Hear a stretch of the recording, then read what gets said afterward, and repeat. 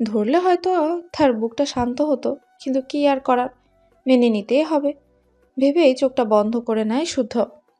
শারাফাত চৌধুরীরা বাড়ি পৌঁছে যে যার রুমে চলে গেছে। সকলেই ক্লান্ত বিদায় কেউ কোনো কথা বাড়ায়নি। সায়ানও শাওয়ার নিয়ে বের হতেই কেউ তার বুকে সজোরে ধাক্কা মারে।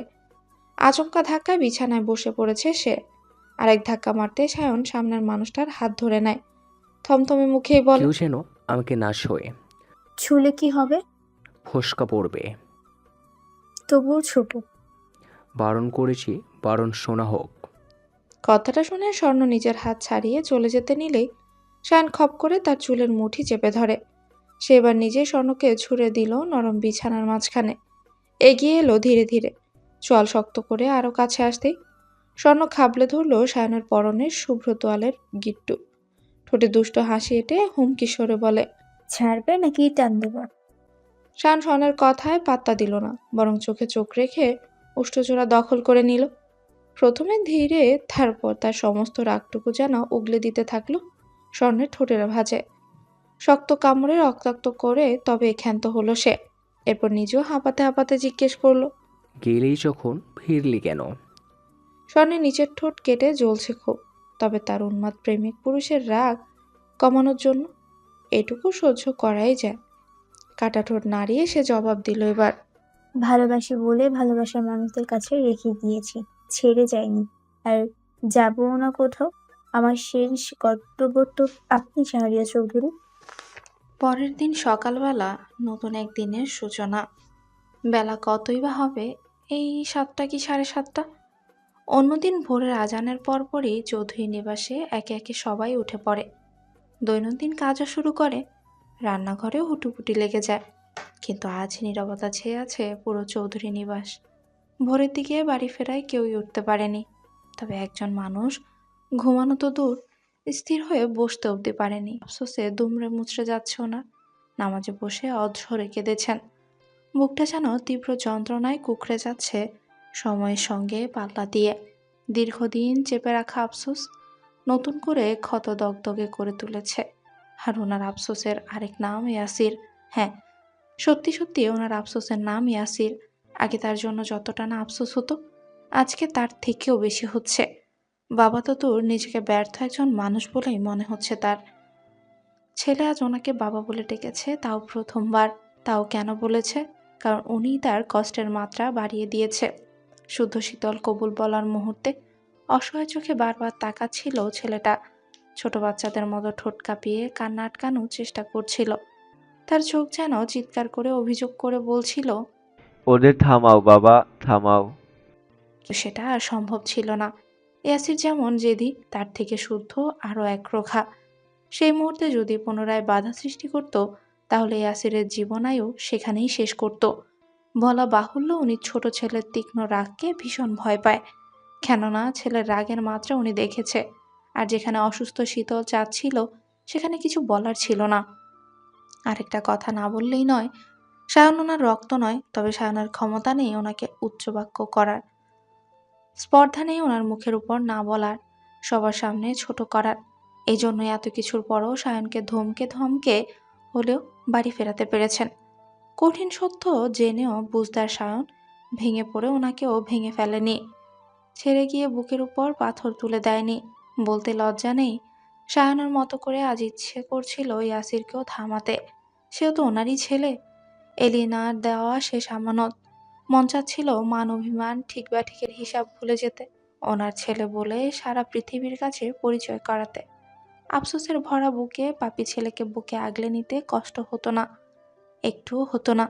কিন্তু উনি জানেন ইয়াসির ওনার ডাক শুনবে না। লাগাম ছড়া বাঁধন হারা ছেলেটা শুনলে আগেই শুনতো ওনার কথা, কিন্তু সে শোনেনি। বারবার পেছনে গেছে। মোদ্দা কথা, যে বাঁধনে বাধা পড়তে চায় না তাকে কিভাবে বেঁধে রাখবেন? শেষ চেষ্টা হিসেবে স্বার্থপরের মতো ভেবেও ছিলেন শীতলের তার বিয়ে দিয়ে কাছে রেখে দিতে, তাকে ভালো পথে আনার সর্বশেষ সুযোগটুকু কাজে লাগাতে। এই ভেবে বলেছিলেন পাপাচার কমালে সে চৌধুরী নিবাসের সবচেয়ে সুন্দর ফুলটা দিবেন, কারণ ওনার মনের মতো শীতলের চঞ্চলতায় পারবে দুষ্ট রাজকুমারের পাথর মনে ফুল ফোটাতে, তার পাপের পথ আগলে ভালোর দিকে ফিরিয়ে আনতে। শীতলের মধ্যে এই আশ্চর্য জাদুকরী ক্ষমতা আছে। কিন্তু কে জানতো শুদ্ধ শীতল একে অপরকে পছন্দ করে। সেই পছন্দের মাঝে সীমাবদ্ধ নেই, সকলের দৃষ্টির আড়ালে দিনকে দিন সেটা ভালোবাসায় রূপ নিয়েছে। কথাটা তো উনি জানতেনও না, জানলে অবশ্য ভুলে ইয়াসিরকে কথাও দিত না। এখন এমন একটা অবস্থা, উনি উম, আজকের পর থেকে শুদ্ধের চোখে চোখ রেখে তাকাতেও পারবেন না। ছেলেটা হয়তো ওনাকে জঘন্য বাবা বলেই মনে মনে ঘোষণা করেছে, করাটা স্বাভাবিক। যদিও আজ বলতেই হয়, এতদিন নিজের নৈতিকতা, কর্তব্যপরায়ণতা, নিশ্চরতা গর্ব ছিল ওনার, কিন্তু আজ এক নিমিষেই সব শেষ। অন্যরা কি বলবে পরের হিসাব। এখন নিজের মনই চিৎকার করে বলছে, তুমি বাবা হিসেবে খুব খারাপ শারাফাত চৌধুরী, খুব খারাপ। তুমি না পারলে ইয়াসিরকে সঠিক পথে আনতে, না পারলে ছেলেটার মুখে হাসি ফোটাতে। শেষ মুহূর্তে যা চেষ্টা করলে সেটাও আরেক ছেলের হাসি কেড়ে নেওয়া ঘৃণিত কাজও করতে যাচ্ছিল। আর সায়ন, তাকে তো তুমি শাসনে রেখেছ সব সময়। ভীষণ শখ করে ছেলেটা রাজনীতি করতে চেয়েছিল, সেটাতেও তোমার বাধা। তুমি বাবা হওয়ার যোগ্য না শারাফাত। বাবারা অন্তত এমন আচরণ করে না নিজের মনের কথা শুনে। শারাফাত চৌধুরী মলিন হাসলেন, না চাইতেও চোখের পানি ঝরঝর করে ঝরছে। ক্লান্ত শরীর এলিয়ে দিয়ে এক দৃষ্টিতে তাকিয়ে রইলেন ঘূর্ণায়মান সিলিংয়ের দিকে। এরপর মনে মনে বিড়বিড় করে বললেন, আমার আল্লাহ জানে, আমি আমার শায়নকে কখনো আলাদা চোখে দেখিনি, কখনো বাকি দুই সন্তানের সাথে তুলনা করিনি। তুলনা করবে বা কেন? ও তো আমারই ছেলে, আমার আরেক সন্তান। হ্যাঁ, ওর রাজনীতি করা পছন্দ না, একথা ধ্রুব সত্য। শখের বশে কিছু করতে হলে অন্য কিছু করুক, রাজনীতি কেন? রাজনীতি শখের বশে করার জিনিসও না। আর কে চায় সন্তানের রক্ত দেখতে? কদিন পর পর আহত হয়ে বাড়িতে ফিরে এসব দেখতে কার ভালো লাগে?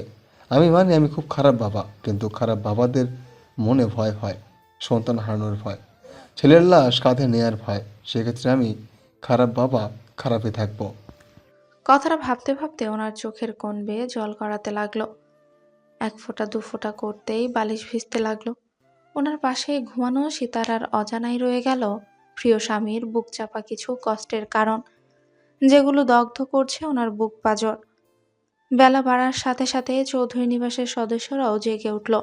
সকলেই আগে শীতলের খোঁজ নিতে শুদ্ধকে লাগাতার কল দিতে লাগলো, কিন্তু কল রিসিভ হচ্ছে না। আবার কিছু হলো না তো? সবার মুখেই চিন্তার ছাপ। সিমেন অস্থির হয়ে কল দিতে দিতে কলটা কেটে যায়। সেই মুহূর্তে কলটা রিসিভ হয়। উনি চিন্তিত সুরে হ্যালো বলার আগে শীতলের কণ্ঠ শোনা গেল। হ্যাঁ, হ্যালো আম্মু। শীতল, কেমন আছিস মা? শরীর ঠিক আছে? শুদ্ধ কই? কল ধরছে না কেন ছেলেটা? আম্মু, শুদ্ধ ভাই ঘুমাচ্ছে, ক্লান্ত লাগছে দেখে ডাকিনি, পাশ থেকে ফোন নিয়ে আমি রিসিভ করেছি। ওহ, তুই ঠিক আছিস? হুম। নার্স এসেছিল আর স্যালাইন দিয়েছে। সাবধানে, ক্যানোলাতে রক্ত উঠে যায় না যেন। উঠবে না, আসবে না তোমরা? এই তো সকালের নাস্তা বানিয়েই যাব আমি। তাড়াহুড়ো করো না, ধীরে সুস্থে এসো, আমি ঠিক আছি। ঠিক আছে। শীতলের কথা শুনে সকলে স্বস্তির নিঃশ্বাস ছাড়ে। ওদিকে একজন নার্স কেবিনের দরজায় নক করা মাত্রই শীতল নিচু স্বরে জানতে চাইল কে এসেছে। নার্স বলে, ম্যাম, আপনার সেলাইন শেষের পথে, ওটা খুলে দিতে হবে। কথাটা শুনে শীতল একবার তাকায় ঘুমন্ত শুদ্ধের দিকে। উপর হয়ে কি সুন্দর করে ঘুমুচ্ছে তার বিশুদ্ধ পুরুষটা। মূলত তার ঘুমটা ভাঙাতে চাচ্ছে না বলে কত কষ্ট করে যে ফোনটা কাছে টেনে কল রিসিভ করলো, এজন্যই গুলি লাগা হাতেও ব্যথা পেয়েছে। এদিকে আবার ওই নার্স এসে হাজির। এদিকে স্যালাইনও সেদিকে খুলতে তো হবে। তা দেখে সে নিচু স্বরেই বলল, শব্দ না করে নিঃশব্দে আসুন। কথাটা শুনে নার্স নিঃশব্দে কেবিনে প্রবেশ করে। দুটো বেড একসাথে দেখে বিস্ময় নিয়ে তাকায় ঘুমন্ত পুরুষটার দিকে। বলা বাহুল্য পুরুষটা দেখতে বেশ। তাকে ওভাবে তাকাতে দেখে শীতল ফিসফিস করে বলে, ওটা আমার স্বামী, ঘুমাচ্ছে, ঘুমাক, শব্দ করবেন না প্লিজ। আসলে ওর মাথায় একটু সমস্যা আছে, বলতেও লজ্জা লাগছে। আসলে হয়েছে কি, আমার শ্বশুরবাড়ির বংশগত রোগ এটা। সব সময় রাগে না, তবে তাদের ঘুমের ব্যাঘাত ঘটলে মেজাজ চড়ে যায়। যখন যাকে সামনে পায় তাকে ধরে কামড়ে দেয়। কথাটা শুনে অল্প বয়সী নার্স মেয়েটা আরেক দফা অবাক হয়ে তাকায় শুদ্ধের দিকে। এমন সুদর্শন পুরুষের মাথায় সমস্যা দেখে বোঝাই যায় না। আহারে, সবই কপাল, রোগ তো আর বলে কয়ে আসে না। রোগের কাছে সবাইকেই কাবু হতে হয়।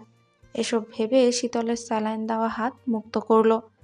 নিঃশব্দে ক্যানোলার মাধ্যমে দুটো মেডিসিন ধীরে ধীরে ইনজেক্ট করলো। শীতল ব্যথায় চোখ মুখ কুঁচকে নেয়। কি মেডিসিন কে জানে, রগে যাচ্ছে তো জ্বালাপোড়া করতে। তবুও সে কোনো শব্দ করলো না। ডাক্তার নাকি মুখে খাওয়ার অনুমতি দিয়েছে। স্যালাইনটা বন্ধ আপাতত। কথাটা বলেই ক্যানোলার মুখ বন্ধ করে নিঃশব্দে বেরিয়ে যায় নার্স। উনি যেতেই শুদ্ধ চোখ খুলে শীতলের দিকে তাকায়। শীতল ওর তাকানো দেখে মিষ্টি করে হাসে, বলে, গুড মর্নিং সোয়াইব শুদ্ধ।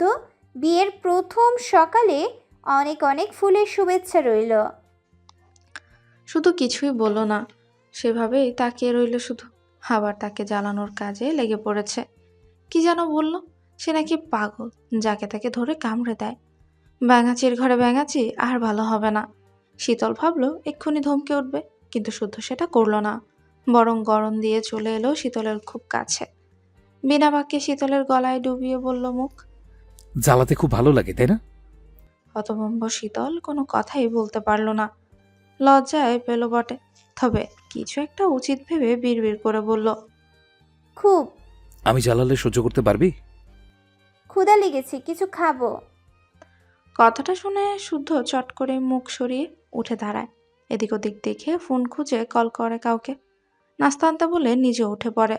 মিনিট পাঁচেক পর হাসান নাস্তা নিয়ে আসলে দুজনে মিলে বেড আরেক অবস্থানে রাখলো। হাসান সারা রাত হসপিটালেই ছিল, এখন ফিরবে বিদায় নিয়ে বেরিয়ে গেল। শুদ্ধ শীতলকে যতটুকু পারলো ফ্রেশ হতে হেল্প করলো। তারপর নিজেও খেলো, শীতলকেও খাইয়ে দিল। এর কিছুক্ষণ পর সিমিন, সিতারা, স্বর্ণ আর সায়নও এলো। শুদ্ধ ভাইয়ের সাথে ইশারা করে বেরিয়ে গেল। পরক্ষণে ফিরে এসে শীতলকে বলল, একটা কাজে যাচ্ছি, ফিরতে লেট হবে। কথাটা বলে সে বেরিয়ে গেল। কোথায় যাচ্ছে, কেন যাচ্ছে, সেসব কিছুই বলল না। সারাদিন কোনো খোঁজও পাওয়া গেল না। ফিরল একেবারে মধ্যরাতে। তখন শীতল ঘুমাচ্ছিল। বিকেলের দিকে সাফওয়ান চৌধুরী এলে সিমিন আর সিতারাকে ওনার সাথে বাড়ি পাঠিয়ে দিল সায়ন। সে আর স্বর্ণ হসপিটালে থাকলো। শুদ্ধ ফিরলে তারা দুজন বাইকে করে নিজের মতো সময় কাটিয়ে বাড়ি ফিরে। দেখতে দেখতে প্রায় 4 দিন পর শীতলকে রিলিজ দেওয়া হলো।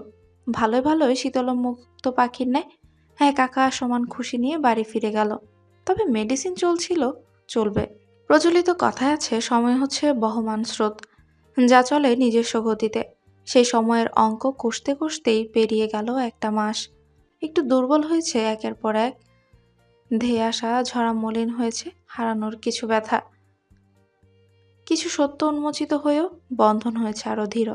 বলা বাহুল্য, এই 1 মাসে পূর্বের মতো চাঙ্গা হয়ে উঠেছে চৌধুরী নিবাস। মুছে গেছে হতাশার পানি। স্মৃতির পাতায় যত্নে অযত্নে বন্দী হয়েছে কিছু মিষ্টি মুহূর্ত ও কিছু তিক্ত অভিজ্ঞতা। এখন চৌধুরী নিবাসও খুনসুটিতে মুখরিত। রুটিন মাফিক সবাইকে ব্যস্ত হতে হয়েছে দৈনন্দিন কাজে। তবে শীতল বাড়ি ফেরার পর শুদ্ধকে বাড়িতে খুব কম পেয়েছে। সে কখন আসে কখন যায় বলা মুশকিল। তার কিসের এত ব্যস্ততা কে জানে। সারাদিন কোথায় যায় কি করে তাও বলে না। খুব জোর করলে মলিন হেসে বলে, দোয়া করো, যা হারিয়েছি সব যেন ফিরে পাই। আমার কষ্টের ফল যেন আমারই কাছে ফিরে আসে।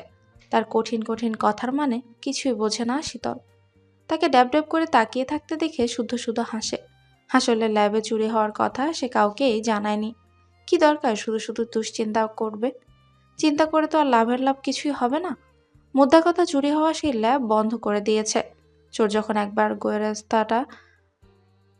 যখন একবার গেরস্তের বাড়িতে চুরি করার সুযোগ পায় তখন সে বারবার ফিরে আসে। নিজে না আসলে অন্যকে পাঠায় কাজ উসুল করতে। আর এই সুযোগ কাউকে দেওয়া যাবে না। এরপর সে ওই ল্যাবে কি করেছে সায়ন আর তার ফ্রেন্ডরা ছাড়া কেউ জানে না। আজও সারাদিন পেরিয়ে রাতে ফিরল শুদ্ধ। সবার সাথে ডিনার করলো। শীতল অভিমানী চোখে কয়েকবার তাকালেও কিচ্ছু বলল না শুদ্ধ। আর তাদের বিয়ে হওয়ার পরও এক রুমে থাকা না থাকা নিয়ে কেউ কিছু বলেনি। ওদের মর্জির উপরেই ছেড়ে দেওয়া হয়েছে। কেন জানি শুদ্ধ শীতলকে তার রুমে থাকার আহ্বান জানায়নি। অগত্যা পূর্বে যেমন ছিল এখনও তেমনই চলছে। তবে কয়েকদিনে শীতলের মতো বড্ড অভিমান জমেছে। কেন যেন মনে হচ্ছে শুদ্ধ তাকে ইগনোর করছে। নয়তো এত কিসের কাজ তার? একটু সময় দিলে কি হয়? আগের কথা এখনকার কথা কি এক নাকি? এখন মনে রাখা উচিত না তার ঘরে একটা বউ আছে? বউ তাকে ভীষণ মিস করে, সঙ্গ চায় তার, জ্বালাতে চায় তাকে, হয়তো বকবক করে কান মাথা ঝালাপালা করে দিতে চায়। তা না, খালি কাজ আর কাজ। এসব নানান কথা ভেবে রাতে খেয়ে শীতল মলিন মুখে উপরে যায়। তখনই সীতারা তাকে দাঁড় করিয়ে বলে, শীতল, উপরে যাচ্ছিস মা? কিছু বলবে বড় মা? খেতে বসে দেখলাম শুদ্ধ বারবার কপালে হাত দিচ্ছে। ছেলেটার মাথা ব্যথা করছে বোধহয়। কফি করে দিচ্ছি, ও রুমে পৌঁছে দিস তো মা। দাও। কথাটা বলে সে পাশে এসে সীতারা দাঁড়ায়। সীতারা আর চোখে শীতলকে একবার দেখে গলা খাকারে দিয়ে বলে, কাজের চাপ বেড়েছে, তাই সময় দিতে পারছে না। কষ্ট পাস না মা? কথাটা শুনে শীতল ধরা গলায় অন্যদিকে তাকিয়ে বলে, কিন্তু কষ্ট হচ্ছে বড় মা, তোমার ছেলে ইচ্ছে করে আমাকে ইগনোর করছে। কেন করেছে জিজ্ঞাসা করেছিস? না। গিয়ে জিজ্ঞাসা কর। কথাটা বলেই সীতারা শীতলের হাতে কফি ধরিয়ে দিলে শীতল যাওয়ার জন্য পা বাড়াতে সীতারা তাকে ধরে থামিয়ে দেয়। গলা খাকারে দিয়ে আমতা আমতা করে বলে, আগে তো শাড়ি টাড়ি পরতি, এখন পরিস না কেন? শাড়ি পরলে তোকে কিন্তু ভালোই লাগে।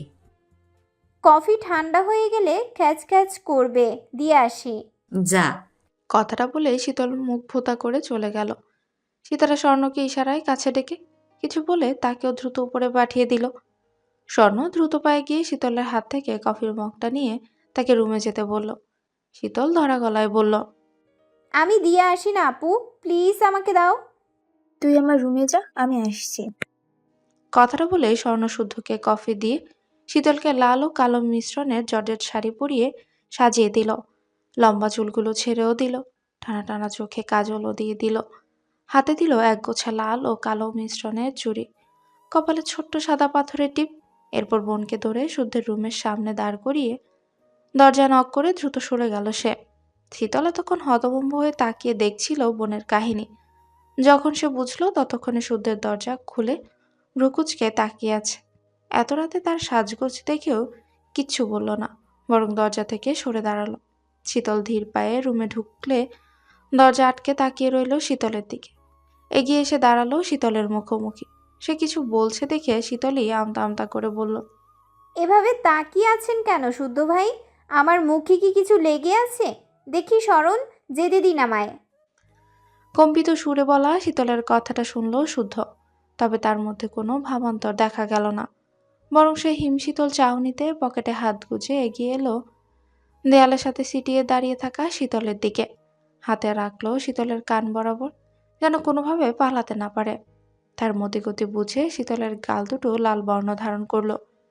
জীবনে কম সিনেমা তো আর দেখেনি, তবে কিছু একটা আন্দাজ করে তার গলা শুকিয়ে এলো।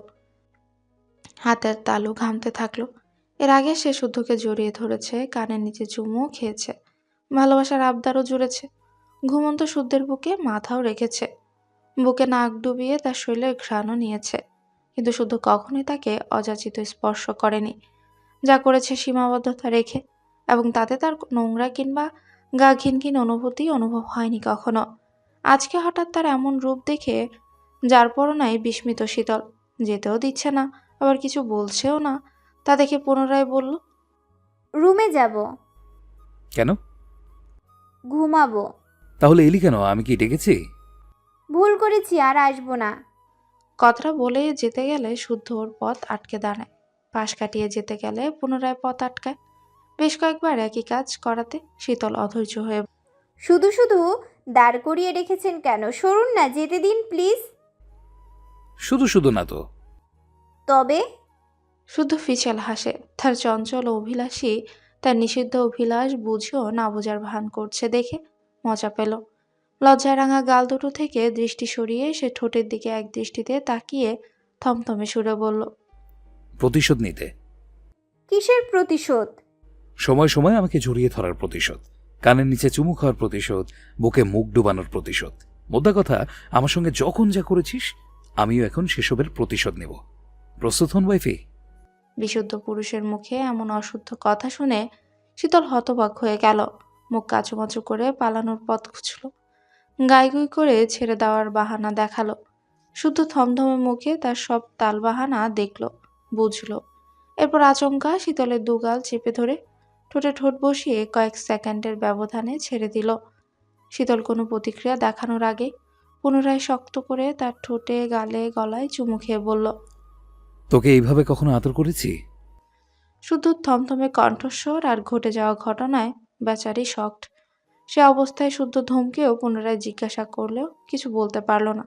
তখন শুদ্ধ তাকে তৃতীয়বারের মতো একইভাবে চুমু এঁকে ছেড়ে দিয়ে বলল, এভাবে কখনো আদর করিনি আর করবও না। আমার এত লোভ নেই, তবে ভদ্র আছি থাকতে দে, নয়তো অনুষ্ঠানের অপেক্ষা আর করা হবে না।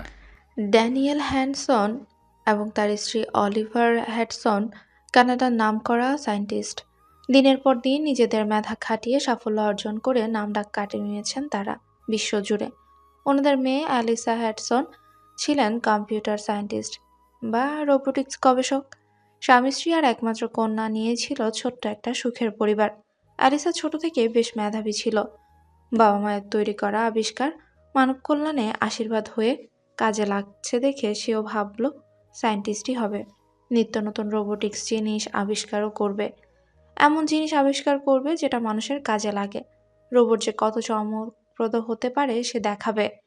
এরপর নিজের মধ্যে অদম্য এক জেদ পুষে সে দীর্ঘদিন নিজের শ্রম এবং মেধা কাজে লাগিয়ে একটা রোবোটিক্স পায়রা আবিষ্কার করে। বর্তমান যুগে বিজ্ঞান প্রযুক্তি যে এত উন্নতি তাদের কাজ দেখে বোঝার উপায় নেই। সে একটু একটু করে পায়রাটাকে মনের মতো করে গড়ে তোলে। তার চাল চলন, সৌন্দর্য, ডানা ঝাপটানো এসব কিছু নকল, কিন্তু সেটা দেখে বোঝার উপায় নেই। অথচ অবিশ্বাস্য হলেও সত্য যে শত শত জীবন্ত পায়রার মাঝে তাকে ছেড়ে দেওয়া হলে তখন বোঝার সাধ্য থাকতো না কোনটা আসল আর কোনটা রোবোটিক্স। তাকে আরও নিখুঁতভাবে প্রশিক্ষণ দেওয়ার জন্যই অ্যালিসা রাত দিন এক করে যথাসাধ্য চেষ্টা করে যেত।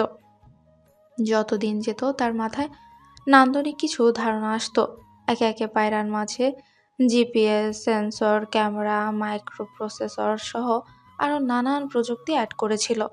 কিন্তু অ্যালিসার কষ্টের আবিষ্কার নিখুঁত রূপ দেওয়ার আগে সেটা চুরি হয়ে যায়। কিভাবে যে চুরি হয় এত আশ্চর্যের ব্যাপার, এবং কাজটা যে কার, তার মামার। এতদিনে এত শ্রম বৃথা যাওয়ায় অ্যালিসা হতাশ হয়ে ডিপ্রেশনে ভুগতে থাকে। ডিপ্রেশন থেকে মুক্তি পেতে কিছুদিন কাজ থেকে বিরতি নেয়, কিন্তু মনের শান্তি কোথায় যেন হারিয়ে ফেলে। মাসের পর মাস কেটে যায় কিন্তু কাজে ফিরতে পারে না। একটা সময় নিজের উপরই অনীহা সৃষ্টি হয়। নিজেকে ব্যর্থ, অপ্রয়োজনীয় কিছু মনে হতে থাকে। সুখের ভরা পৃথিবীটা তার কাছে অসহ্য লাগছে। ডিপ্রেশন জটিল রোগ হয়ে বাসা থাকে আর তার মন মস্তিষ্কে বাসা বাঁধে। ড্যানি অলিভার খুব চেষ্টা করেন মেয়েকে স্বাভাবিক জীবনে ফিরিয়ে আনতে, কিন্তু তা সম্ভব হয় না। বাবা মায়ের চোখ ফাঁকি দিয়ে সুইসাইডও করে অ্যালিসা। ঘুম যেমন কাঠকে কুড়ে কুড়ে খায়, তেমনি ডিপ্রেশন জলজান্ত মানুষকে ধীরে ধীরে শেষ করে ফেলে। হ্যাঁ, অ্যালিসার জন্য উন্নত চিকিৎসার ব্যবস্থা করা হলেও সেটাও কাজে লাগেনি। কারণ রোগ তখন ভালো হয় যখন রোগী চায় সুস্থ হতে, মনোবল শক্তি বাড়ালে। কিন্তু অ্যালিসা প্রেমে ধোঁকা এবং আবিষ্কার হারিয়ে নিজের মনোবল হারিয়ে ফেলেছিল, যার ফলে তার পরিণতি এতই করুণ হয়। এদিকে একমাত্র ভাগ্নির মারা যাওয়ার ওর মামাও অনুতপ্ত হলো। ইগর নামের এক সায়েন্টিস্টের কাছে বেচে দেওয়া হয় পিজন, আবার ফিরিয়ে আনতে গেল, কিন্তু ইগর দেয় না, বরং টাকার লোভ দেখায়। না মানলে পানে মারার হুমকি দেয়। হতাশ হয়ে ফিরে আসে অ্যালিসার মামা। পরে ইগর পিজনটাকে খারাপ উদ্দেশ্যে ব্যবহার করতে থাকে এবং কিছুদিন পর ওই ঘটনার কথা ড্যানিয়েলও জানতে পারে। মেয়ের শেষ আবিষ্কার নিজের কাছে রাখতে উনি সর্বোচ্চ চেষ্টা করেন। প্রশাসন এবং আরও নানানভাবে ইগরের থেকে সেটা নিজের আয়ত্তে নেন। মেয়ে মারা যাওয়ার পর ওনারা স্বামী স্ত্রী ভাবেন অবসর গ্রহণ করবেন, যে কয়েকদিন আছেন বিভিন্ন দেশ ভ্রমণ করবেন। সেভাবেই একের পর এক দেশ ঘুরে বেড়ান ওনারা। পরে পরিচিত এক সায়েন্টিস্টের আমন্ত্রণে তারা বিডিতে আসেন। মান্যগণ্য ব্যক্তিবর্গদের নিয়ে একটা পার্টির আয়োজনও করা হয়। সেই পার্টিতে উনি পরিচিত হয় শুদ্ধের সাথে। শুদ্ধের শিক্ষক রহমান হক বিশেষভাবে শুদ্ধকে পরিচয় করিয়ে দেন জানিয়েলের সঙ্গে। খুব পছন্দ করেন সোয়েব নামের ছেলেটাকে, বিশেষ করে ছেলেটার কথা বলার ধাঁচ, হাই পার্সোনালিটি, উপস্থিত বুদ্ধি দেখে তার প্রতি আলাদা একটা নজর পড়ে। অলিভারও পছন্দ হয় স্বল্প পরিচয়ে পরিচিত বাঙালি ছেলেটাকে। এর কিছুদিন পরই রেহমান হকের কাছে পুনরায় শুদ্ধের সাথে দেখা করেন ওনারা। শুদ্ধ একটা কাজ করছিল এবং যেটা করছিল ভুল করছিল। ড্যানিয়েল আর অলিভার অধুরে বসে দেখছিল ছেলেটার ধৈর্য। চাইলে শুরুতে ওনারা ভুল সংশোধন করে দিতে পারতেন, কিন্তু তা ইচ্ছে করে করেননি। ওনারা শুদ্ধের ধৈর্যটা দেখতে চেয়েছেন, যেটা এই পেশায় প্রধান হাতিয়ার। একের পর এক প্রচেষ্টা ব্যর্থ হয়েও শুদ্ধ যখন 8 বারের বেলায় একই ভুল করতে যাচ্ছিল, তখন ওনারা নিজেই উঠে গিয়ে শুদ্ধের ভুল শুধরে দেয়, হাতে ধরে শিখিয়েও দেন সঠিক পন্থা। এরপর থেকে কারণে অকারণে শুদ্ধকে নিজেদের কাছে ডাকতেন ওনারা। ভালো মন্দ পরামর্শ দিতেন, কাজের ব্যাপারে বেশ উৎসাহিত করতেন। এক পর্যায়ে ওনাদের সাথে বেশ ভালো সম্পর্ক গড়ে ওঠে। বেশ কিছুদিন পর অলিভার অসুস্থ হয়ে পড়ে। প্রথমে ভেবেছিল ওয়েদারের ধাপ খাপ খাচ্ছে না, তাই ফিরে গিয়েছিলেন আপন দেশে। সেখানে গিয়ে অসুস্থতা আরও বেড়ে যায় এবং হসপিটালে মৃত্যুবরণ করেন তিনি। বলা বাহুল্য, দীর্ঘ এক জটিল রোগে ভুগছিলেন তিনি। দীর্ঘদিন সে রোগটা। মাস 6 পর ড্যানিয়েল পুনরায় বাংলাদেশে ফিরে আসে। রেহমান হককে জানান উনি শিক্ষক হয়ে যারা নতুন তাদের কাজ শেখাতে চান। আগে পিছে সবাইকে মৃত্যুর স্বাদ গ্রহণ করতে হবে, তবে মরার আগে যদি নিজের শিক্ষা কাউকে বিলাতে পারে তাহলে নিজেকে ভাগ্যবান মনে হবে। এতদিন অনেক কিছুই করেছিলেন, অনেক টাকাই কামিয়েছে, কিন্তু এই বয়সে এসে মনে হয়েছে সেসব বৃথা। অতঃপর শিক্ষক পদেই নিয়োজিত থাকেন এবং কাজের বিনিময়ে তিনি রেহমান হকের থেকে কোনো অর্থ গ্রহণ করতেন না। উল্টে নিজের অর্থ দান সৎকার আছে কাজে লাগাতো। বলা বাহুল্য, যত কিছুই করুক ওনার তীক্ষ্ণ দৃষ্টি থাকতো শুদ্ধের উপরে।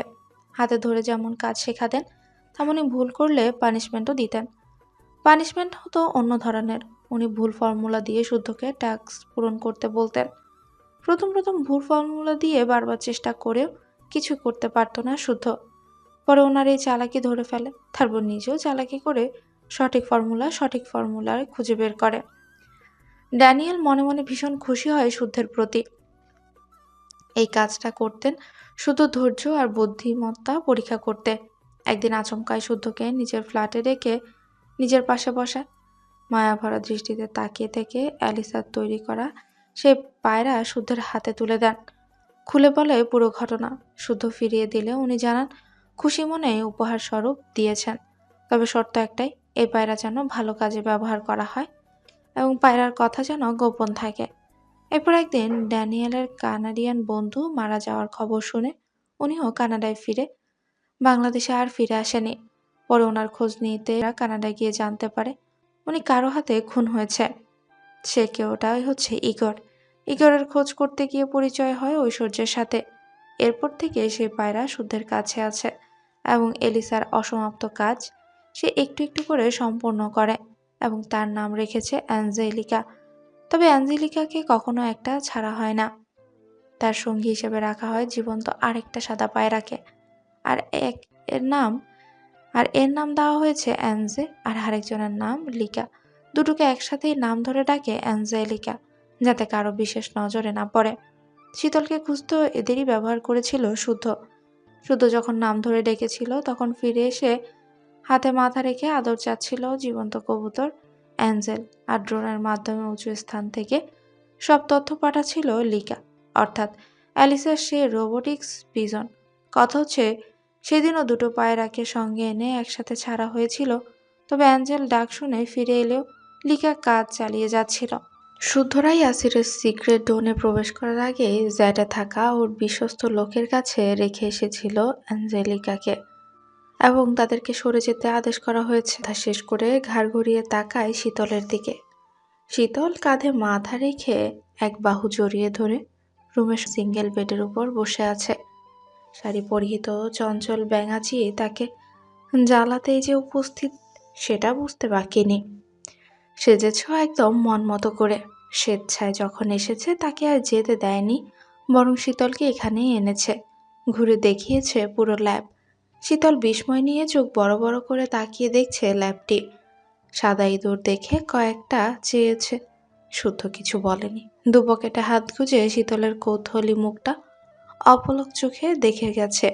শীতল ঘুরে ঘুরে দেখতে দেখতে একটা পায়রা দেখে হঠাৎ জিজ্ঞাসা করে, এটা কি শুদ্ধ ভাই? তার এই প্রশ্ন শুদ্ধ ল্যাবের এক সাইডে থাকা সিঙ্গেল বেডে বসলে শীতল পাশে এসে বসে। সব পুনরায় জানতে চায়। তখন উক্ত ঘটনাটা জানায় শুদ্ধ। সব শুনে শীতল কথা হারিয়ে চুপ হয়ে যায়। তার কেন যেন ভীষণ কান্না পাচ্ছে। নিজেকে অ্যালিসার জায়গায় দাঁড় করালে কষ্টটা উপলব্ধি করতে পারছে সে। সচরাচর সে যদি কখনো শখের বশে কোনো কাজও করে, খুশি মনে সবাইকে দেখিয়ে বেড়ায়, বারবার জিজ্ঞাসা করে কেমন হয়েছে বলো বলো। সামান্য কিছু রান্না করলে নাচতে নাচতে সবাইকে খাওয়ায়, তাগাদা দেয়। যতই লবণে পোড়া হোক বা বাবা চাচা কিংবা ভাইরা কখনো কিছু বলে না, বললে কষ্ট পাবে যে। তখন সহসা রান্না আর যাবে না সে রান্নাঘরে। কিন্তু যখন নিজের রান্না নিজেই খেয়ে বুঝে খাওয়ার অযোগ্য, তখন ভ্যা ভ্যা করে কাঁদে। মনে মনে এক প্রকার জেদ চাপে, পরের বার সে ভালো করবে, এত ভালো করবে যে সবাইকে তাক লাগিয়ে দিবে। তার মনে যদি রান্না নিয়ে একদম জেদ চাপে, তাহলে অ্যালিসার মনে কেন চাপলো না? সে কেন পুনরায় নতুন করে চেষ্টা করলো না? সে চাইলে অবশ্যই পারত। তার পিজন চুরি হয়েছিল, কিন্তু কেউ তো তার মেধা চুরি করতে পারেনি। তাহলে আসলে একদিকে কষ্টের ফল, আরেকদিকে ভালোবাসা নামক ছলনা, সব মিলিয়ে হাসি খুশি মেধাবী মেয়েটাও হাল ছেড়ে দিয়েছে। মৃত্যু নামক সত্যটাকে গ্রহণ করে চিরতরে বিদায় নিয়ে নিয়েছে। শীতল মনে মনে অ্যালিসাকে নিয়ে নানান কথা ভাবলো অ্যালিসার বাবা মাকে নিয়ে। তারপর হঠাৎ করে বলল, এলিসার বাবা মা আপনাকে খুব পছন্দ করতো, তাই না? হুম। এলিসা বেঁচে থাকলে ওনারা বিয়ের প্রস্তাব দিত। আচ্ছা, আপনি কি তখন ওকে বিয়ে করতেন? বিয়ে করলে আমার কি হতো শুদ্ধ ভাই? শুধু বিরক্তি মুখে তাকায় শীতলের দিকে। শীতল জবাবের অপেক্ষা না থেকে পুনরায় তাড়া দিয়ে বলল, কি হলো বলুন, এখন কথা বলছেন না কেন শুনি? হাজবেন্ডের মুখে অন্য কোনো মেধাবী মেয়ের কথা শুনে খারাপ লাগা স্বাভাবিক মানলাম, বাট সেই মেয়ের সঙ্গে জড়িয়ে আগ বাড়িয়ে যা তা ভেবে পায়ের সঙ্গে পা লাগিয়ে ঝগড়া করার পায়তারা করা মোটেও সুস্থ মানুষের কাজ হতে পারে না। তার মানে আমি অসুস্থ? ঘুরিয়ে পেঁচিয়ে আমাকে পাগল বললেন? শুধু তাই না, তোর 14 গোষ্ঠী পাগল। ঠিক আছে, থাকতে হবে না পাগলের সাথে, এক্ষুনি চলে যাব আমি। কথাটা বলে শীতল উঠতে গেলে শুধু আচমকা আঁচল টেনে ধরে আর তাকে হ্যাঁচকা টানে কাছে এনে বেডে ফেলে। ঠোঁটে ফিচাল হাসি এনে শরীরের সবটুকু ভর ছেড়ে দেয় শীতলের দেহের উপর। শীতল হাঁসফাঁস করলে শুদ্ধ বলে, কথা শেষ হয়নি আমার। সব শুনবো তো, আগে সরুন না। ও মা গো, কত ভারী জলহস্তি একটা। শুদ্ধ সে কথা পাত্তা দিল না, বরং মুখটা নামাতেই যাবে, শীতল আচমকা ঠোঁটের উপর হাত রেখে আরেক হাত শুদ্ধের বুকে ধাক্কা দিয়ে সরানোর বৃথা চেষ্টা করলো। মুখটা কিঞ্চিত অন্যদিকে ঘুরিয়ে লাজুক কণ্ঠে বলল, এমন করলে আর আসবো না কিন্তু। কথাটা শুনে শুদ্ধ থেমে গেল। থমথমে মুখে সরে গিয়ে উঠে বসে বলল, নিজের রুমে গিয়ে ঘুমা। আপনি ঘুমাবেন না? আমার সাথে তোর সাথ কি? শীতল বুঝল বিশুদ্ধ পুরুষটার অভিমান। গত 1 মাসে খেয়াল করেছে কিছু নিয়ে শুধু তার উপর বিরক্ত বেশ। তবে বিরক্তের কারণ খোলাসা করেও বলেনি, আজ সেটা জানতে হবে ভেবে নিজেও উঠে বসলো। শুদ্ধের মুখটা নিজের দিকে ফিরিয়ে বলল, কি করেছি আমি? রেগে আছেন কেন আমার ওপর? আমি কি এসবে অভ্যস্ত বলুন? একটু তো সময় দেওয়া উচিত। কি হয়েছে না বললে বুঝবো কিভাবে? আমার জানা মতে আমি এই 1 মাস কম দুষ্টুমি করেছি, আপনাকেও কম জ্বালিয়েছি।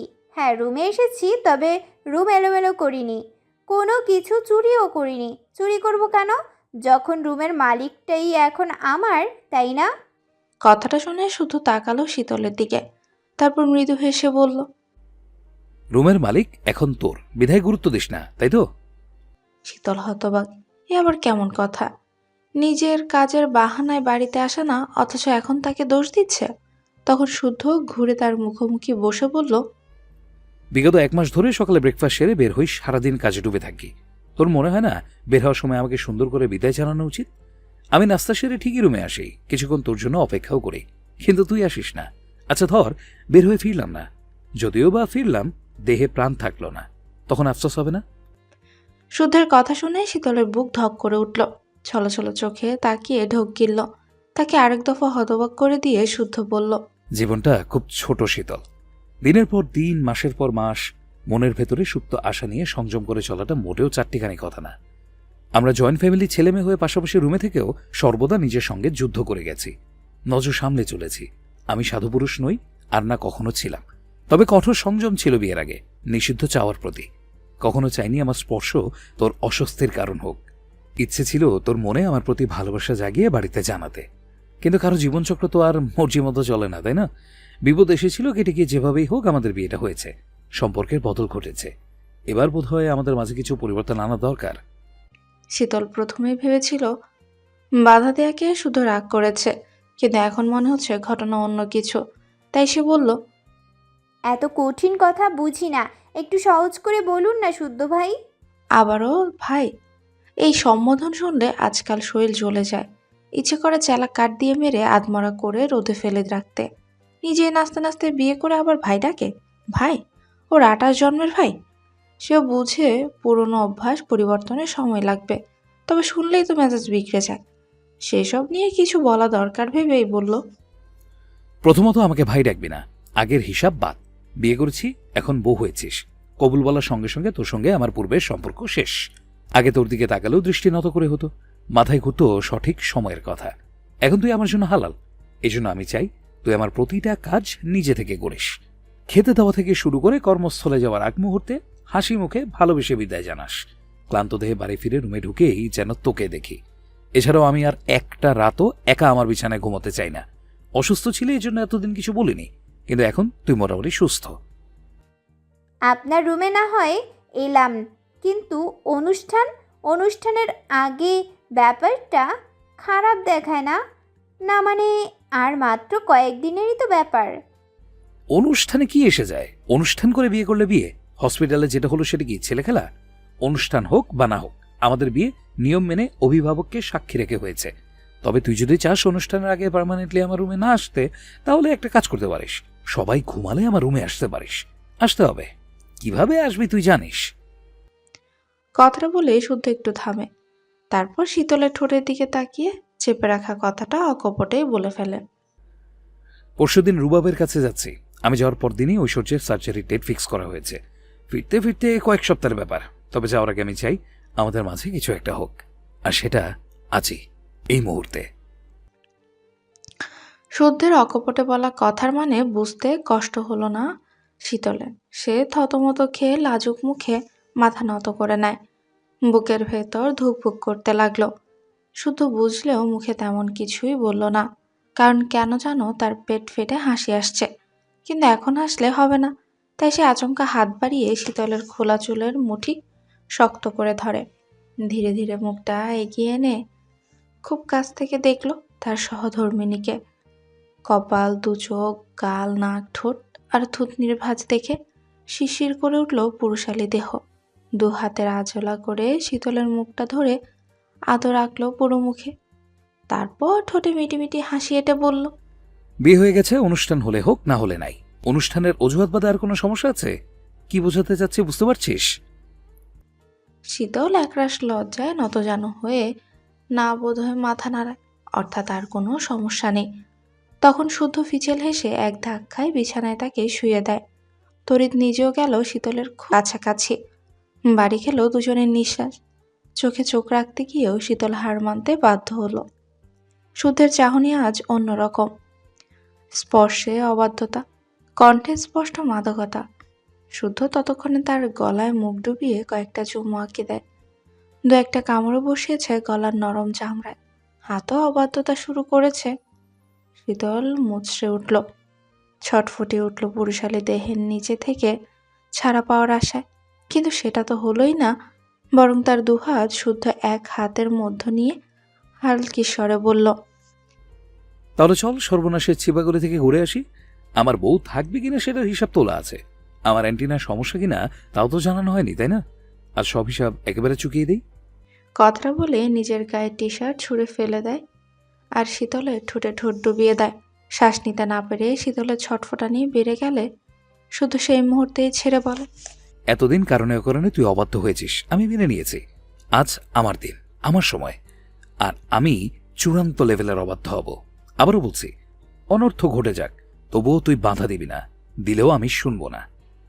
শীতল লজ্জায় চোখ মুখ খিচে শুধু শুনে গেল পাজি পুরুষটার কথা। ততক্ষণে তার বুকের উপর থেকে সরে গেছে শাড়ির আঁচল, শাড়ির ঠাঁই হয়েছে মেঝেতে। সময়ের সঙ্গে সঙ্গে ভদ্রপুরুষের খোলস ছেড়ে উন্মাদ হয়ে উঠেছে শীতলের বিশুদ্ধ পুরুষ। ঘাড় থেকে ঘাড়তর হয়েছে আদরের ছোঁয়া।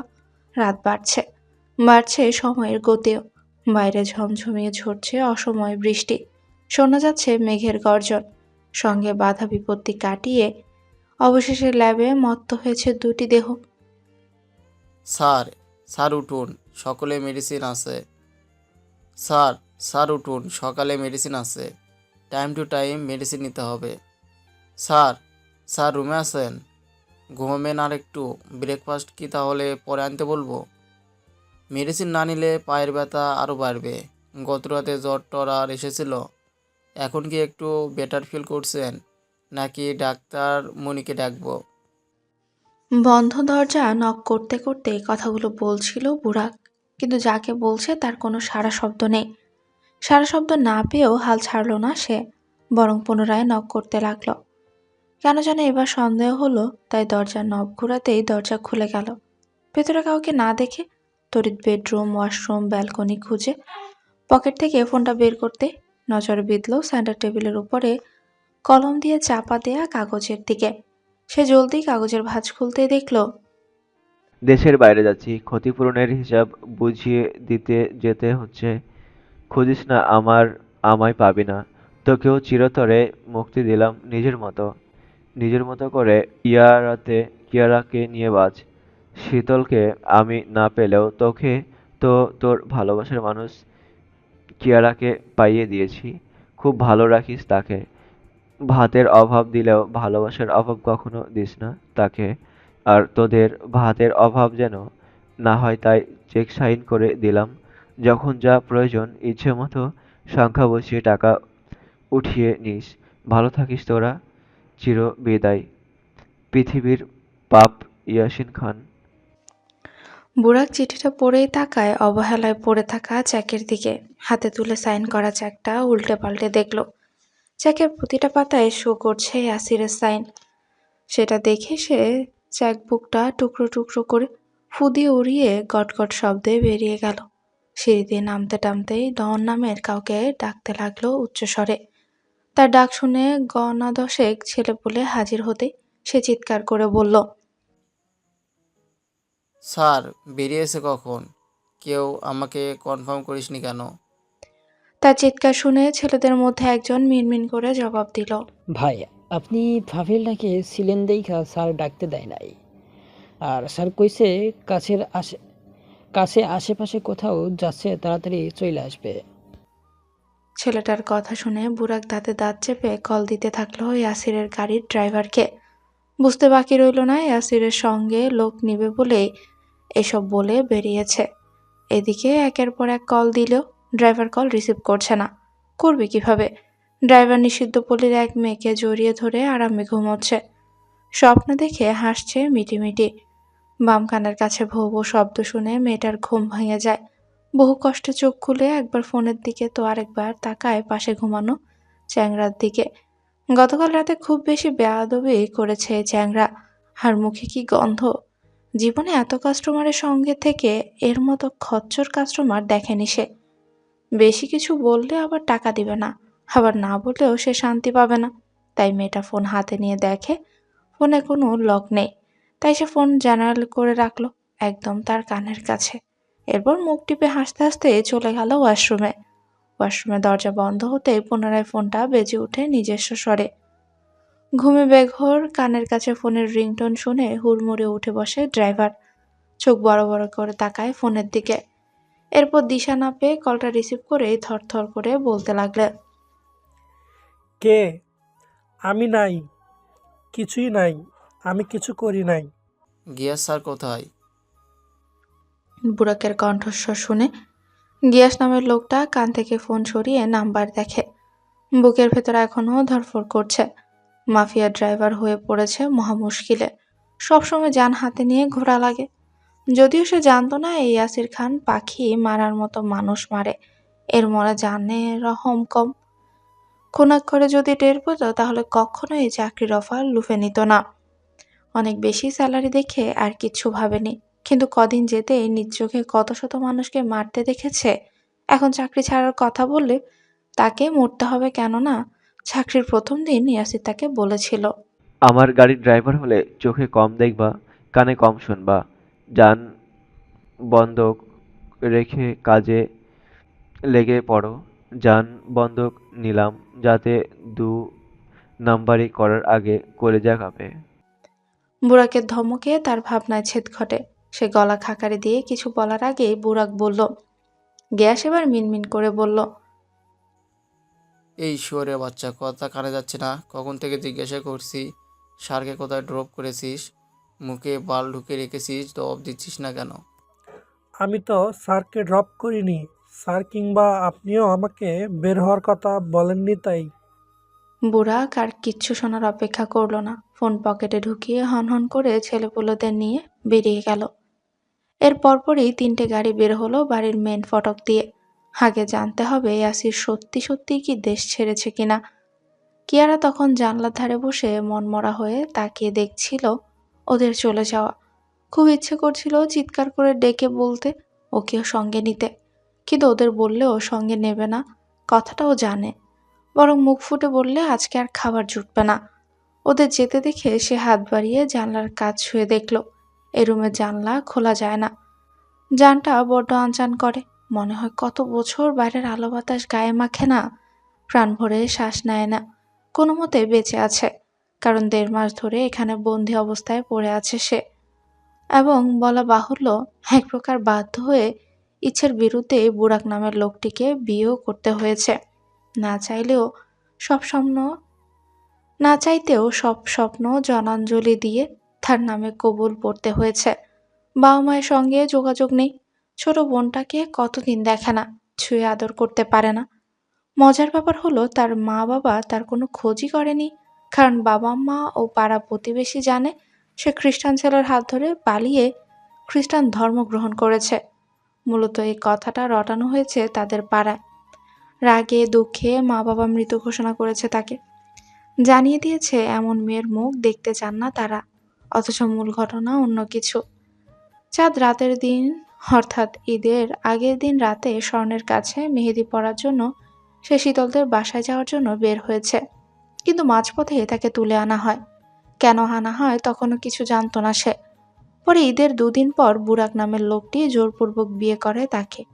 বৈধ স্বামীর অধিকার আদায়ের দাবিতে প্রতি রাতেই তাকে ছুতে শরীর ঘিনঘিন করে তার। কতদিন পা ধরে মাফ চেয়েছে, কিন্তু ছাড় দেয়নি তাকে। এভাবে টানা কয়েক রাত রাত্রি যাপন করার পর এখন আর বাধা দেয় না, তবে খুব করে টের পায় তার জীবন থেকে সুখ পাখি বিদায় নিয়েছে। ভেতরে ভেতরে সে নিজেও মারা গেছে। হয়তো আর কখনো শীতলের ফুফাতো ভাই রুবায়েত এলে ঘন ঘন যেতে পারবে না। লাজুকে সে উকি ঝুঁকি মেরে তাকে দেখা হবে না। কিছু বলতে গেলে কথা তুতলে যাবে না। কখনো বলা হবে না ওই মানুষটাকে ভীষণ ভালো লাগে তার, এত ভালো লাগে দিনরাত ভুল তাকিয়ে থাকতে ইচ্ছা করে শুধু। তাকে দেখে আরো অনেক বাঁচতে ইচ্ছে করত। ম্যারিনার পোশাকে শীতলের ফোনে সেদিন প্রথমবার ছবি দেখেছিল। সেদিনই প্রেমের পথে বিশ্রীভাবে পিছলে পড়েছিল। ফেক আইডি দিয়ে কতদিন কথা বলারও চেষ্টা করেছে। সারাদিন রাত তার আইডিতে ঘুরে ঘুরে সুন্দর সুন্দর ছবিগুলো, ফানি পোস্টগুলো দেখত। মানুষটা আকাশ ভালোবাসে, বোধহয় খালি আকাশের ছবি পোস্ট করে।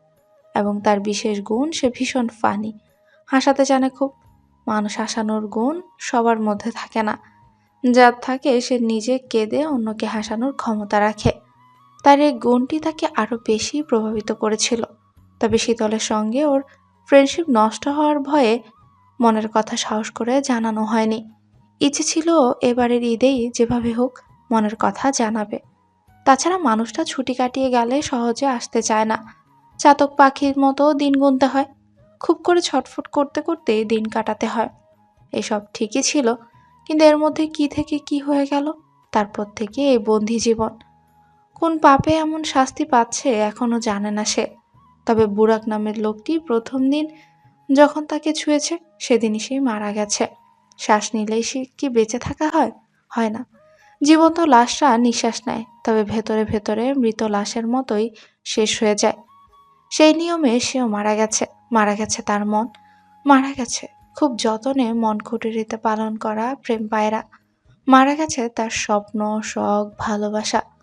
আর আশা নেই মানুষটাকে পাওয়ার, আর আশা নেই তার সামনে দাঁড়ানোর মতো মুখ। কিভাবে থাকবে সে এখন অন্যের বউ, সতীত্বহারা এক মেয়ে।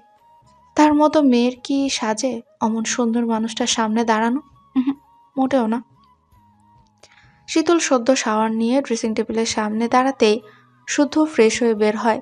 মাথা মুছতে মুছতে তাকায় এলোমেলোভাবে শাড়ি পরা শীতলের দিকে। দেখে বোঝা যাচ্ছে কোনো মতে গায়ে জড়িয়েছে শুধু। তবে শাড়িটা কুচি করে নয়, আট পরে স্টাইলে পরা। ফর্সা শরীরে চেরি কালার শাড়িটা যেন ফুটে উঠেছে, দেখা যাচ্ছে কোমরের কিছু অংশ।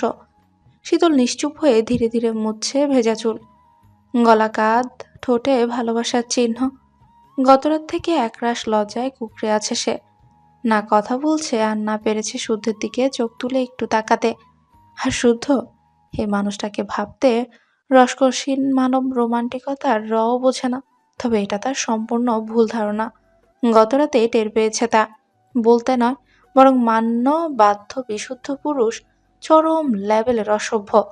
এদিকে শুদ্ধ আনমনা শীতলের মনোভাব বুঝে ঠোঁট কামড়ে হাসল শুধু। হাতের তোয়ালে মেলে দিয়ে গলা খাকারে দিয়ে থমথমে সুরে বলল, বললি না তো? শীতল না থাকিয়ে ছোট্ট করে জিজ্ঞাসা করল, কি? আমার বউ থাকবে তো এবার?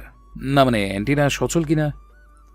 শীতল চোখ মুখ কুচকে লজ্জায় নতজানু হয়ে অন্যদিকে তাকায়। কান দিয়ে যেন গরম ধোঁয়া বেরোচ্ছে তার। গাল দুটো লাজে রাঙা হয়ে উঠেছে। এসব নিয়ে ঘুরিয়ে পেঁচিয়ে বারবার লজ্জায় ফেলছে তাকে। মানে হয় এসবের? সে খুব করে টের পাচ্ছে। এখনো মিটিমিটি হাসছে তার অবস্থা দেখে সে।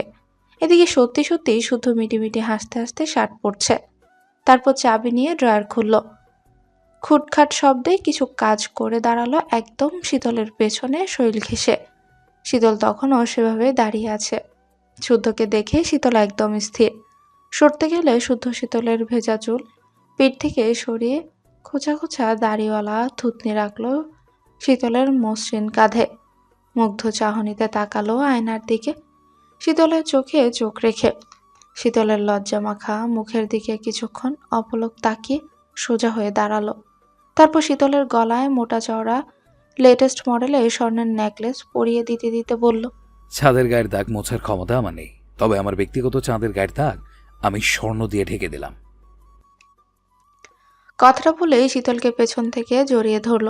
ধীরে ধীরে পেটের উপর থেকে শাড়ি সরিয়ে স্বর্ণের কোমর বন্ধনী পরাতে পরাতে ফিসফিস করে বলল, সামান্য একটু দুর্বলতা। শীতল ঘাড় ঘুরিয়ে তাকালো শুদ্ধের দিকে। একটা নেকলেসই গলা ঢেকে দিয়েছে। ঢেকে গেছে শুদ্ধের দেওয়া আদরের চিহ্ন। এতটাও আশা করেনি সে।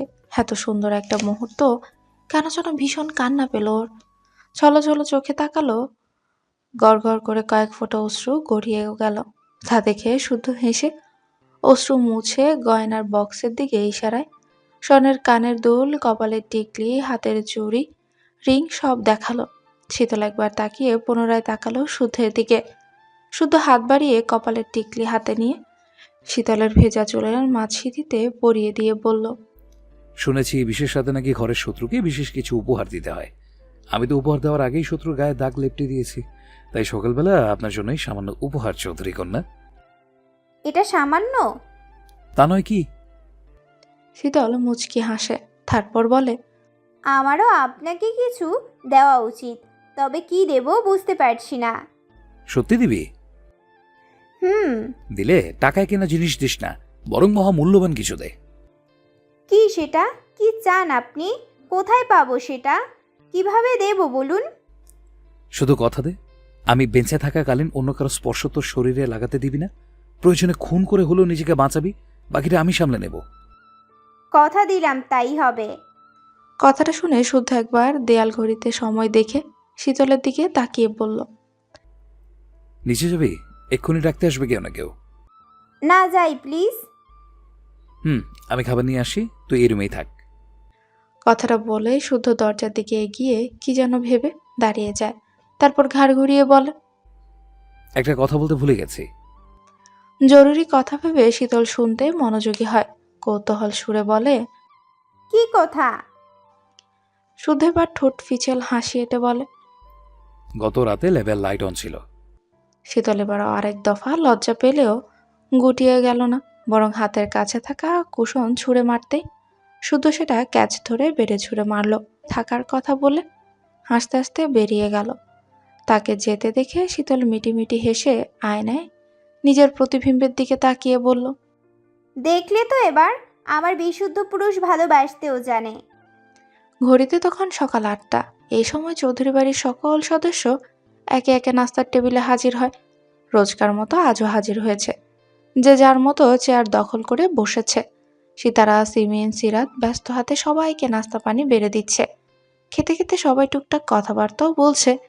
শীতলকে না দেখে শারাফাত চৌধুরী বললেন, সবাইকে দেখছি, শীতল মা কোথায়? খাবে না? শীতল নেই। সিতারা সবার আগে খেয়াল করলেও ইচ্ছে করে কিছু বলেনি, তবে কথা যখন উঠলই তখন কিছু একটা বলতে হবে, তাই বললেন, খেয়ে আবার ঘুমিয়েছে। ঘুমিয়েছে? শরীর খারাপ করছে নাকি? এবার স্বর্ণ আর চোখে শুদ্ধের দিকে একবার তাকিয়ে বলল, সারা রাত আমার রুমেই ছিল, সারা রাত মুভি দেখে এখন ঘুমাচ্ছে। উঠলে মনে করে খাইয়ে দিস মা। হুম। এই কথার ইতি ঘটলেও সায়নের মনে খটকা লাগলো। সে ভ্রুজোড়া কুচকে অনেকক্ষণ ধরে শুদ্ধের দিকে তাকিয়ে আছে। কেন যেন শুদ্ধকে আজ অন্যরকম লাগছে। শাওয়ার নিয়েছে, ফেসটা একটু বেশি গ্লো করছে। এদিকে শীতলটাও ব্রেকফাস্ট করতে নামেনি, সে নাকি আরো ঘুমোবে। সায়ন বড়টা চিবোতে চিবোতে বোঝার চেষ্টা করছে মূল ঘটনা। কাহিনী গড়বড় লাগছে। সায়ন তাকিয়ে আছে বুঝে শুদ্ধ এক পলক তাকিয়ে নিজের খাওয়ায় আগ্রহী হলো, তবে বড়রা থাকায় কেউ কিছু বলল না। এরপর নাস্তা সেরে শুদ্ধ আরেকটা প্লেটে নাস্তা সাজিয়ে উপরে যাওয়ার জন্য পা বাড়াতে সায়ন শুদ্ধের পট আটকে দাঁড়ায়। তীক্ষ্ণ নজরে শুদ্ধের আপাদমস্তক দেখতে গিয়ে দৃষ্টি বিঁধল কানের নিচে, কেমন লালচে দাগ হয়ে আছে, তা দেখে আটকে উঠল। ঝড়ের গতিতে শুদ্ধের খুব কাছে গিয়ে ভালো করে আরেকবার দেখে আর্তনাদ করে উঠল, একে তুই ভাজা মাছটি উল্টে খেয়ে ফেলেছিস? সিরাত তখন এঁটো প্লেটগুলো রান্নাঘরের দিকে নিয়ে যাচ্ছিলেন। তার কথা শুনে উনি দাঁড়িয়ে সরল মনেই বললেন, মাছ তো রান্না করিনি, খাবি কি করে? তুই খাবি মাছ? কোন মাছ খাবি বাপ? ওনার কথা সায়ন এবার কাঁদো কাঁদো মুখ করে বলল, ভাই আমাকে আবার পিছিয়ে দিয়েছে মেছোমা। পিছিয়ে দিয়েছি কিভাবে? শুদ্ধ তো নিচে নেমে কারো সাথে কথাও বলেনি, চুপচাপ ভদ্র হয়ে নাস্তা সেরে রুমে যাচ্ছে। মাছ খাওয়ার পর সব বিড়ালই ভদ্র হয়ে যায় মেছোমা। তুমিও বুঝবে না ওই সব বড় লোকের ব্যাপার স্যাপার। বিড়ালের পেট ভরা থাকে তাই বোধ হয়। সমস্যা নেই, তুই বল কি মাছ খাবি? ফ্রিজে থাকলে তো হলোই, না হলে তোর চাচ্চুকে বাজারে পাঠাবো। সায়ন অসহায় চাহনিতে তাকিয়ে রইল সিরাতের দিকে। এখন সে কি করে বোঝাবে এই মাছ সেই মাছ না। ওনাদের কথার মাঝে শুদ্ধ আর দাঁড়ালো না, তবে তরতর করে সিঁড়ি বেয়ে উঠতে উঠতেই ঘাড় ঘুরিয়ে একবার তাকালো সায়নের দিকে। ঠোঁট মিটি মিটি হাসি, চোখ জোড়া যেন চিৎকার করে বলছে, হেরো হেরো। ছোট ভাইয়ের থেকে পাওয়া খোঁচা সহ্য হলো না সায়নে। সে শারাফাত চৌধুরীর উদ্দেশ্যে প্রায় চেঁচিয়ে বলে উঠল, বাবা আমার কি বিয়ে হবে না? শারাফাত চৌধুরী নাস্তা সেরে অফিসে যাওয়ার জন্য কেবল রুম থেকে বের হচ্ছিলেন। শায়নের বলা কথা উনি ঠিকঠাকভাবে শুনতে পাননি। যেটা শুনেছেন ভুল হতে পারে ভেবে পুনরায় জিজ্ঞাসা করলেন, কিছু বললে? বিল, ওই পানের বিল দেওয়া কি হয়ে গিয়েছে? গত পরশু তোমার চাচু দিয়ে এসেছে। ও। কথাটা বলে সায়ন যাওয়ার জন্য পা বাড়াবে, তখনই শারাফাত চৌধুরী দরজার দিকে যেতে যেতে বললেন, এত বয়স এখনো হয়নি যে কানে কম শুনবো। শুদ্ধ ফিরে এলেই বিয়ের আয়োজন শুরু হবে, এত উতলা হওয়ার কিছু নেই। কথাটা বলে উনি চলে গেলে সায়ন দাঁড়িয়ে দাঁড়িয়ে মাথা চুলকায়। সে ঠিক বুঝে উঠতে পারল না হাসবে না কাঁদবে, নাকি লজ্জা লজ্জা কিছু পাবে। এসব ভাবতে ভাবতে নজর গেল স্বর্ণের দিকে। তার দিকে তাকিয়ে মুখ টিপে হাসছে শাকচুন্নিটা। তাকে হাসতে দেখে রাগ হলো সায়নের। সে রাগী দৃষ্টিতে স্বর্ণের দিকে তাকিয়ে বলল, খুব মজা লাগছে না? খুব হাসা হচ্ছে? আমার সময়ও ঘনিয়ে আসছে। আধমরা যদি না করেছি তো তুই সায়নের ডার্লিং পুরো বউ হবি, বউ।